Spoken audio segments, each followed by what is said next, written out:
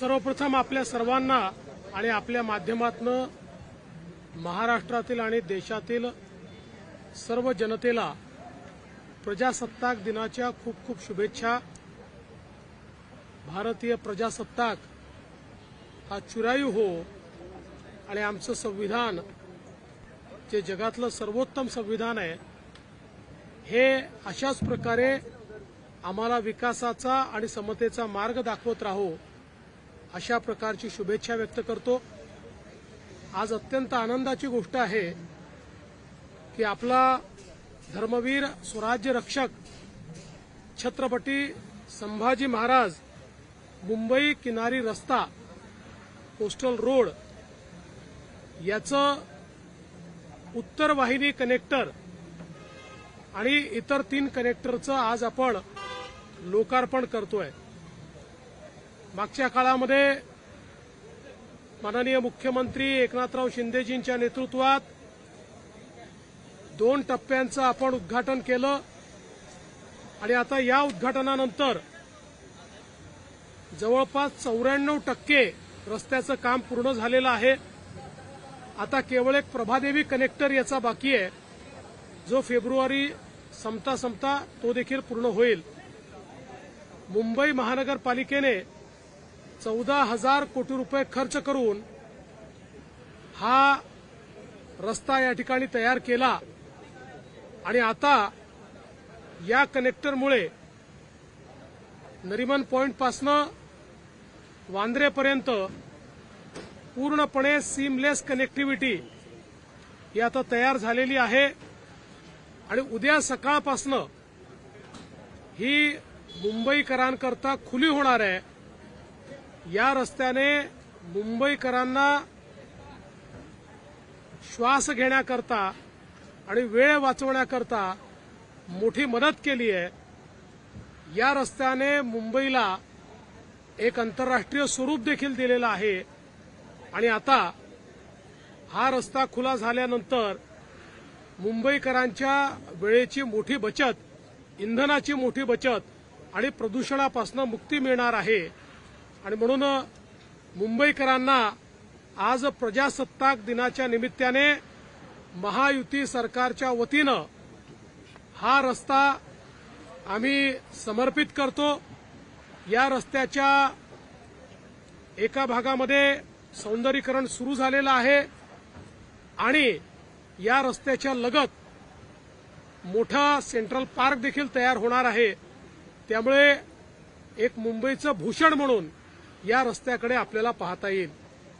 आज सबसे पहले मैं सभी को भारत के गणतंत्र दिवस की बहुत बहुत शुभकामनाएं देता हूं। हमारा गणतंत्र और हमारा संविधान ये चिरायु हो इस प्रकार की प्रार्थना भी करता हूं। आज बहुत खुशी की बात है कि हमारा जो धर्मवीर स्वराज्य रक्षक छत्रपति संभाजी महाराज मुंबई किनारा रास्ता यानी मुंबई कोस्टल रोड है, इसके नॉर्थ बाउंड रोड का उद्घाटन, कनेक्टर का उद्घाटन अभी हम लोगों ने किया है। हम सभी को ज्ञात है कि पिछले समय श्री एकनाथ शिंदे जी मुख्यमंत्री थे, उस समय इसके 2 मार्गों का उद्घाटन हमने किया था, टनल का उद्घाटन हमने किया था। आज ये उत्तर की ओर जाने वाली मार्गिका और 3 मार्गिकाओं का उद्घाटन किया गया है, लोकार्पण किया गया है। इसके बाद 94% इस रास्ते का काम पूर्ण हो चुका है। केवल प्रभादेवी की ओर जाने वाली एक मार्गिका बाकी है। तकरीबन 14,000 करोड़ रुपए इसके ऊपर मुंबई महानगर पालिका ने खर्च किए हैं और इसके साथ एक सेंट्रल पार्क भी बन रहा है। इस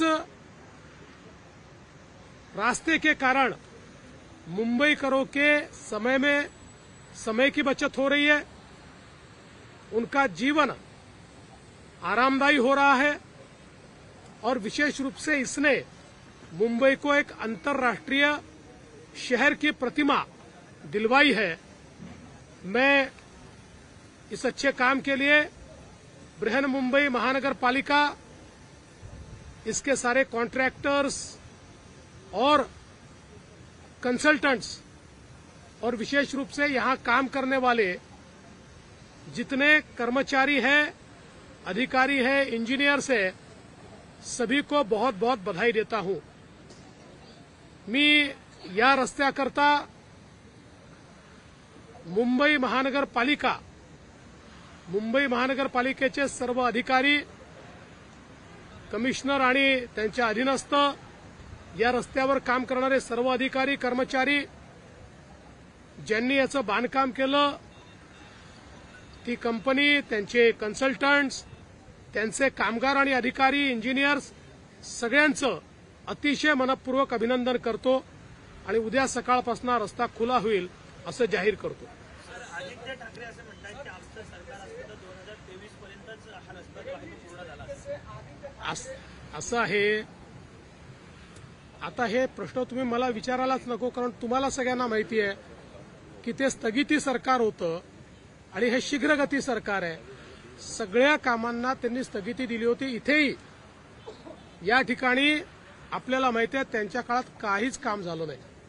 जे काही काम झालं, खरं म्हणजे याच्या सगळ्या मान्यता जेव्हा पहिलं महायुतीचं सरकार होतं तेव्हा आल्या आणि याचं प्रामुख्यानं सगळं काम हे दुसऱ्या महायुतीच्या सरकारमध्ये या ठिकाणी झालं। त्यामुळे विनाकारण श्रेय घेण्याचा प्रयत्न करू नये मुंबईकरांनी बघितलेला आहे।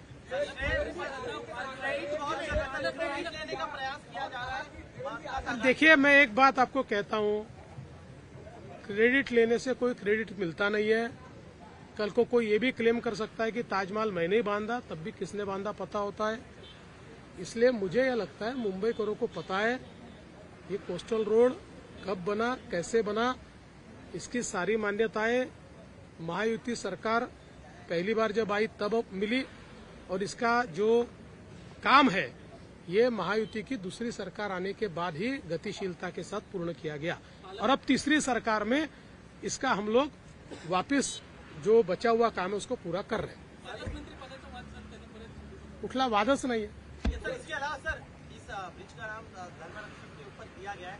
छावा फिल्म आ रही जिसको लेकर विवाद हो रहा है, सरकार की क्या भूमिका है विवादित सीन? देखिए, सरकार की इसमें कोई भूमिका नहीं होती है, लेकिन हम ये मानते हैं कि छत्रपति संभाजी महाराज का जो इतिहास दिखाया जाएगा वो सही इतिहास दिखाया जाना चाहिए।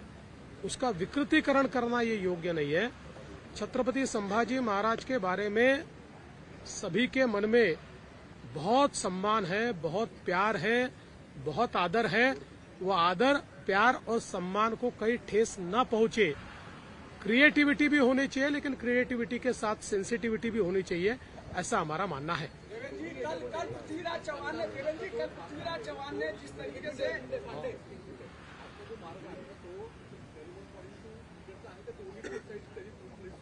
दोन्ही सुरू होणार, दोन्ही मार्ग आता सुरू होणार। एक मार्गिका ऑलरेडी होतीच, पण आपल्याला काय होतं की इकडची मार्गिका जाण्याकरता वापरावी लागायची, ती आता येण्याची मार्गिका आहे, जाण्याची आपण सुरू केली आहे।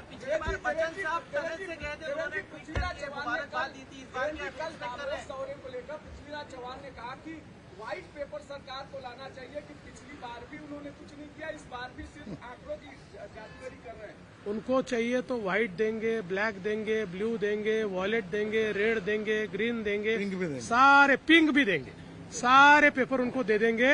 और साथ में पिछले बार जो एमओयू हमने किए थे वो 95% हमने अमल में लाए हैं, 5% भी आ जाएंगे और इस बार के भी आएंगे।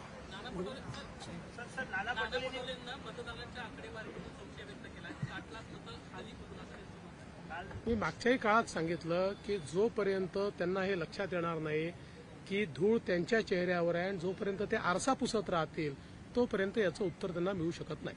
सर एक आखिरी सवाल, अरे सब सवाल आज क्यों पूछ रहे?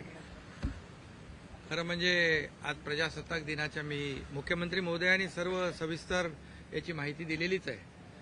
प्रजासत्ताक दिनाच्या मी सगळ्यांना शुभेच्छा देतो। आणि प्रजासत्ताक दिनानिमित्त मुंबईकरांना दिलेलं एक हे गिफ्ट आहे पोस्टलचं, असं देखील मी या ठिकाणी सांगू इच्छितो. खरं म्हणजे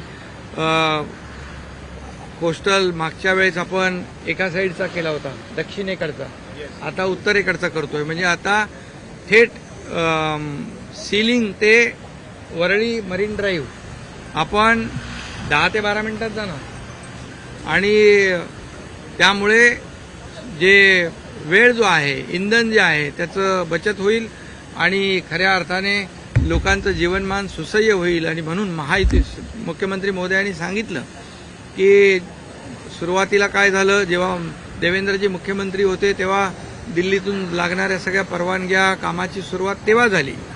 परंतु मी एवढंच सांगतो, हे सगळं केलेलं असताना, युतीमध्ये असताना देखील तुम्हाला बोलवलं होतं का नारळ फोडायला?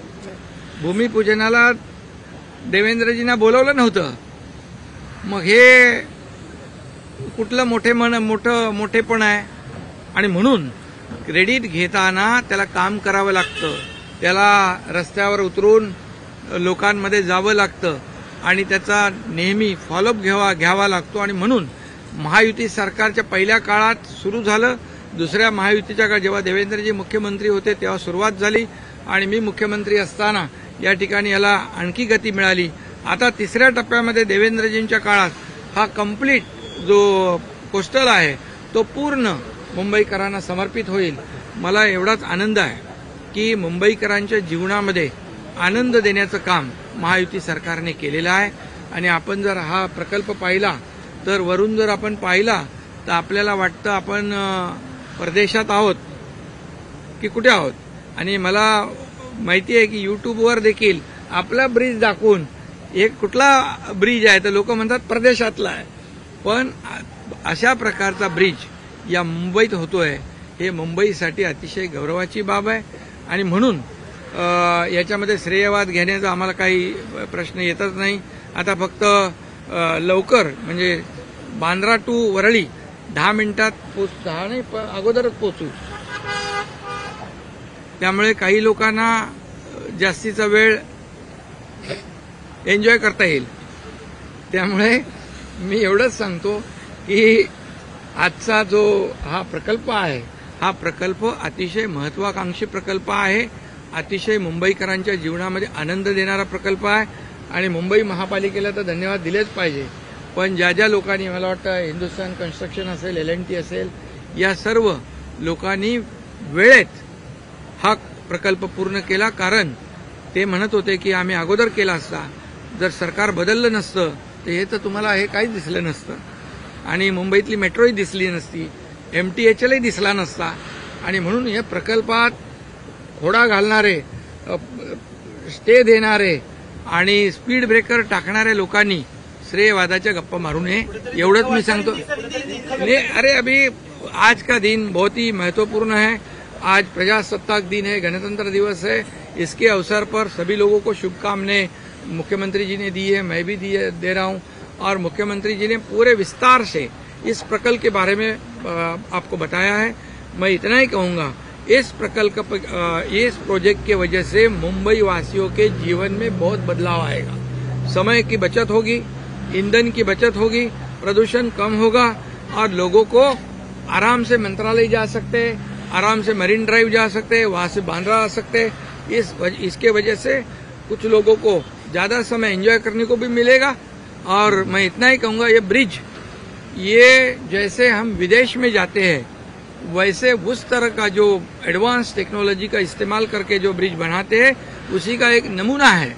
और इसलिए BMC और HSC हो, L&T हो, सभी लोगों को मैं इसमें जिन्होंने योगदान दिया है, ये विशेष प्रकल्प है और इसलिए मैं उनको बहुत बहुत अभिनंदन करता हूँ, बहुत बहुत शुभकामनाएं देता हूँ.